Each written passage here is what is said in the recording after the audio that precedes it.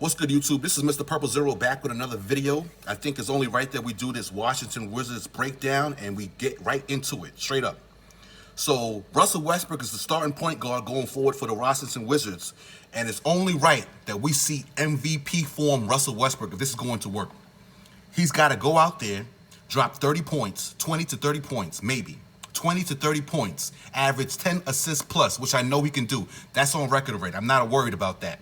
What I'm worried about going forward is I want to make sure he trusts his players. That's been one of Russell Westbrook's biggest problems throughout his career is trust. He has to trust the other guys on the floor. He has to realize Bradley Beal is a top-tier scorer. Bradley Beal, before Russell got there, was dropping buckets. John Wall was out. Bradley Beal was holding up the tank, holding up the ship, having everybody on his back. So Russell Westbrook has to realize before he steps forward into that arena and before he puts on to that Washington Wizards uniform, this is Bradley Beal's team. It's not your team, Russell, okay? So before you get into it and you get things twisted, just remember that. Bradley Beal runs this team. And it won't work and won't work out if you and Bradley Beal are not on the same page. Going forward, looking at the roster, backing him up, Ish Smith. I love Ish Smith. To me, he's a guy that probably won't stay on this roster or maybe another roster. He'll bounce around the league, but he's a solid point guard. Ish Smith is very, you see, he has so much speed and quickness, it's deceptive.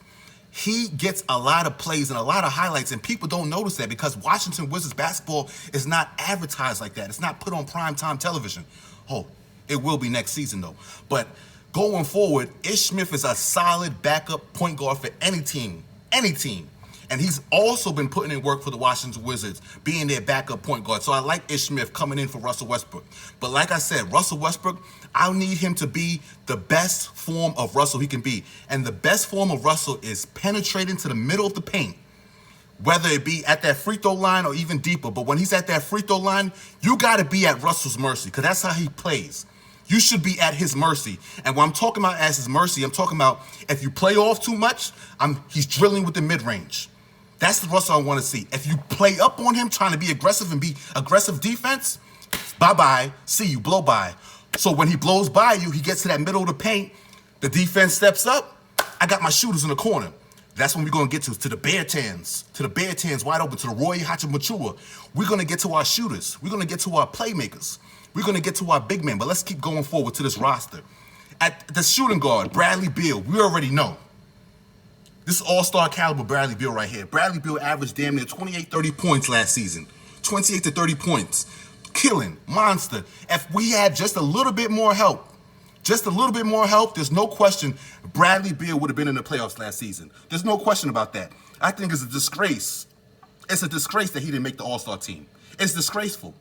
You can't put in work like that and not make the all-star team. But I get how it goes, you know, the roster, your team's got to win, blah, blah, blah. Bradley Beal, don't worry. Going forward, you're making the playoffs this year. You're going to make the playoffs. Davis Bertans, I love him. They got him as a small forward. They got him starting at the small forward. Excuse me.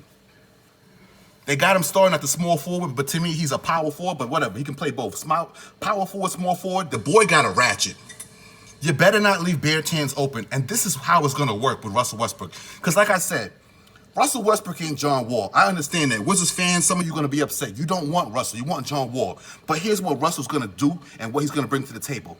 The ability to get people like Beartans and people that don't have the ability to always put the ball on the floor, wide open shots. If you get open, I promise you, you're going to get blessed by Russell Westbrook. Beartans is going to eat. And I'm sorry if I'm not saying his name right, Beartans or whatever it is, but he's going to eat playing with Russell Westbrook. He's going to eat playing with Bradley Beal. We've seen the potential in him already. He's been doing good. He's been playing ball. He will fit within this system. My man, Roy Hachimachua, the Japanese boy. Look, I apologize for saying his name wrong. It's Roy Hachimachua, but y'all understand what I'm saying. This boy, this is going to be his breakout year. This is going to be his breakout year because he was helping Bradley Beal, but it wasn't enough. The Russell Westbrook factor, this is what the Russell Westbrook factor does. It takes a guy like Roy Hachimachua and it makes him very lethal because you have your eyes so focused on Russell because he plays at 100. The speed is always 100. He's going at a fast mile pace. So you know on a rebound, after the team done missed and Russell got the rebound, you already know who's taking off. So the way they coach and the way they set up game plans, you got to get back on defense because Russell's not waiting for nobody. He's getting his own rebound and he's pushing the tempo.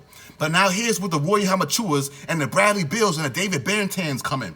Roy Hamachua is going to eat because he's not going to get as much pressure and as much attention as a Russell Westbrook and a Bradley Beal. So when he's on the low block, doing his post moves, or he's at that free throw line, and the defender is scared that he might blow by them or he might hit that mid-range shot, that's how William Amachua is going to eat. That's how he's going to eat. Let's go forward now. Thomas Bryant. I think he's solid. He's tough. I like him that he's tough. He's a young guy. He's going to go out there. He's going to be a fighter. He's a dog fighter. He's going to grab rebounds. He's going to play defense, and he could drop buckets too. Don't sleep. Thomas Bryant could drop buckets. He had a couple of good games last season. I checked it out. I seen it. It wasn't blowing up like that. It wasn't put out there because, the Wizards are probably losing in that game at the same time, and they're not getting the highlighted coverage because when you in a blowout, they don't care who's killing. But Thomas Bryant was doing his thing. Another guy that they have off the bench, or they might start him, I'm not sure. Right now I see as a starting line, I see him as off the bench. But what's his name? Lopez. Lopez is a solid center. We're talking about defensive only. That's it. Rebounds, block shots, outlet the ball. That's the guys Russell Westbrook makes sure they have 10, 15 points a night. Why? They have 10, 15 points a night because those guys you don't have to call up plays for them. A guy like, I keep messing him up. Robin Lopez, a guy like Robin Lopez, you don't want him posting up, and he won't post up. He made time for time, but you don't got to worry about that. That's where Russell Westbrook comes into play. He was making Steven Adams look great. Steven Adams is good, don't get it twisted, but he ain't that good. Russell Westbrook is feeding him. You blow him by your defender, and that's it, a drop-off. So it's either going to be an easy alley-oop or easy dunk. And Lopez is tough enough to finish that. So between Bryant and Lopez, that's solid. It's a solid backcourt right there. Now, the other brother that I didn't get to yet, the dude from overseas, the Denny. I don't remember saying his last name, but I know his name is Denny. Denny. I looked at his clips, and I looked at his highlights. Nothing wowed me. Nothing wowed me, so I'm not coming at him disrespectfully. Nothing wowed me. At the same time, I saw potential and I saw a lot of game and a lot of composure, for a guy his age. Now, he doesn't have a left hand. I didn't see nothing with his left. Everything was to the right. He's also looks like he has a nice set shot. Don't worry, Bradley Beal, Russell Westbrook, they're going to find him. He'll be open to get shots. But I think they got to ease him into the lineups. Bring him off the bench. Don't just throw him into the fire just yet, especially not starting out there with Russell Westbrook. He's going to another world that he ain't even imagined yet that he's going to go through yet. So we got to bring him off the bench and slowly establish him into the game because I think Denny has a lot of game. I looked at the highlights. Like I said, I wasn't wowed. I wasn't taken back from it. But at the same time, I saw the potential. I seen why he was scouted as a top pick. And even though he was picked as not as high as his potential was, I think that was a solid pickup for the Washington Wizards. So when you look at the roster, and we could break this down even more, but what I want to show you now is the playoffs, the teams that made the playoffs last season. So you had the Milwaukee Bucks, Toronto Raptors, Celtics, Indiana, Miami, Philly, Brooklyn, Orlando. Now, mind you, Brooklyn is going to be way higher next season. They're going to be way higher on the depth chart. Orlando, I got them falling out. You could leave everybody else, Milwaukee, Toronto, Boston, Indiana. Now, that leaves one spot to get in. Obviously, the Washington Wizards, because I see them making the playoffs. But I got two more teams that will possibly give the Wizards trouble and also shake up this playoff lineup. And that's why I said the Eastern Conference has got a lot going on into next season. Charlotte Bobcats, that's their old name. The Hornets, the Charlotte Hornets. The addition of Gordon Hayward and LaMelo Ball, we don't know what we're going to get from him. We know he's nice, but we don't know what we're going to get from him. That team could go out there and be an offensive threat, or I think they're going to be a defensive disaster. I don't really see them defensively clicking like that over there on the Hornets. I could be wrong, though. But at the same time, they're still a playoff threat. And the Atlanta Hawks. That's the scary one for me. Not the Hornets, but the Hawks. Because if you look at the teams that made it last season, and we take out Orlando, I don't see them making it. That, to me, they got in by a fluke. They were terrible in the bubble. They were terrible altogether. But due to the East being so weak, they made it in. But, excuse me. if you look at this team now, and you take out the Orlando Magic, and you look at the rest of the spots that's open, that leaves one spot. And I named 2 teams, but I'm scared for Atlanta. To me, Atlanta is a threat. You can't deny that. With Trae Young, they signed Bogdan Bogdanovic. They got Danilo Gallinari. They got my dude Capella over there. Like, Atlanta got a roster. Atlanta got a team. We could break them down another time, but Atlanta got a team. So that, to me, is Washington's threat to making that team to get into that AFC spot. Now, mind you, I'm saying AFC. We could be higher than that. We could get to a top 5 seed. There's no question about that. Because Bradley Beal, he's been healthy. If Russell Westbrook, he's been healthy. So if those two are seeing him on a nightly in the Eastern Conference, guaranteed they could be a top 5 seed in the East. But who are we taking out of the equation now? We got Milwaukee, Toronto, Boston, Indiana, Miami, Philly, Brooklyn. Those are guaranteed to me. Philly's guaranteed. Durant, Brooklyn, guaranteed. Miami, Jimmy Butler. They lost Crowder. They still got Bam. They got Dragic. I want to say they're still guaranteed in the playoffs at least. Indiana, I got them in. Boston, we obviously got them in. Toronto, yes. Milwaukee, obviously. That still leaves that one spot.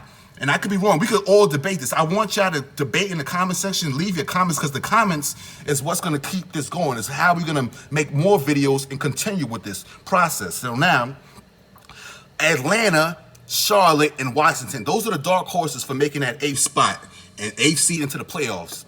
And to me, Atlanta is the scary threat. They're the ones that you got to worry about. Trae Young is going to come out like a new man, a new monster. He's got new weapons around him, an arsenal.